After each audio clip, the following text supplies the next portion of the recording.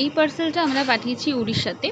এটা কিন্তু already customer হাতে পেয়ে গেছে, বাট যেদিন আর কি প্যাকিং ছিল সেদিন আমাদের একসাথে আরও অনেক প্যাকিং ছিল, সেজন্য সেদিন ভিডিওটা পোস্ট করতে পারিনি, সেজন্য আজকে পোস্ট করছি।